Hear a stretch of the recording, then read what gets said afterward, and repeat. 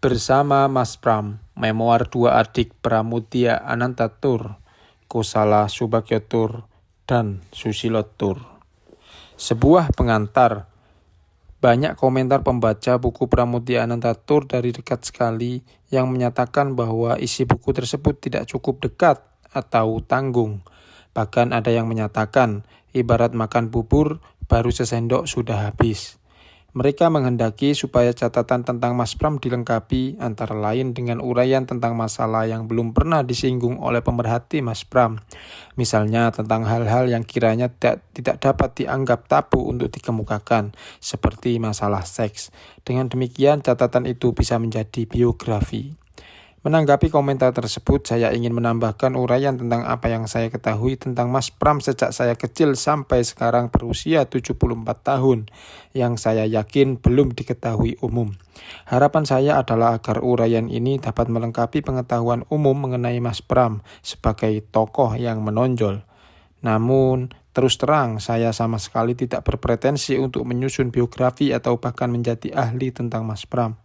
Untuk itu, sudah banyak pengamat yang bahkan sudah bekerja lebih dari setengah abad tentang Mas Pram sebagai pejuang tentunya dapat disimak dan dipelajari lewat buku-bukunya. Dari pernyataannya yang tidak sedikit kepada pers nasional maupun internasional, juga dari sepak terjangnya yang juga dapat diakses secara luas oleh umum. Khusus mengenai buku ini, saya tidak bermaksud bercerita tentang orang lain biarpun saya sebut dalam buku ini, khususnya diri saya sendiri, selain Mas Pram. Tapi karena bercerita tentang Mas Pram, mustahil tidak bicara tentang lingkungan dan latar belakangnya, maka saya harus bercerita tentang lingkungan dan latar belakang tersebut. Berapa panjang pun uraian tentang lingkungan dan latar belakang itu, sasarannya tetaplah Mas Pram. Dengan demikian, lingkungan dan latar belakang itu khususnya cerita tentang diri saya sendiri, tidak lain daripada medium uraian tentang Mas Pram.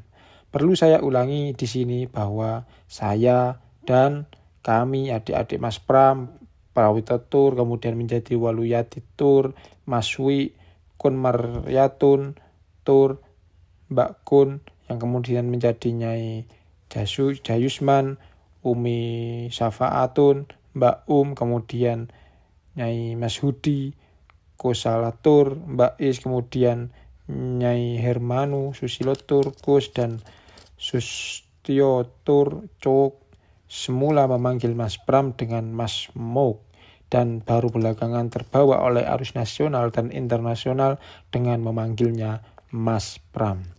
Jadi sebutan Mas Pram dalam buku ini sebenarnya seharusnya diucapkan Mas Mok. Kami baru mantap menyebutnya Mas Pram sesudah ia pulang dari Pulau Buru tahun 1979. Kosala Subagyotur, Jakarta, April 2009.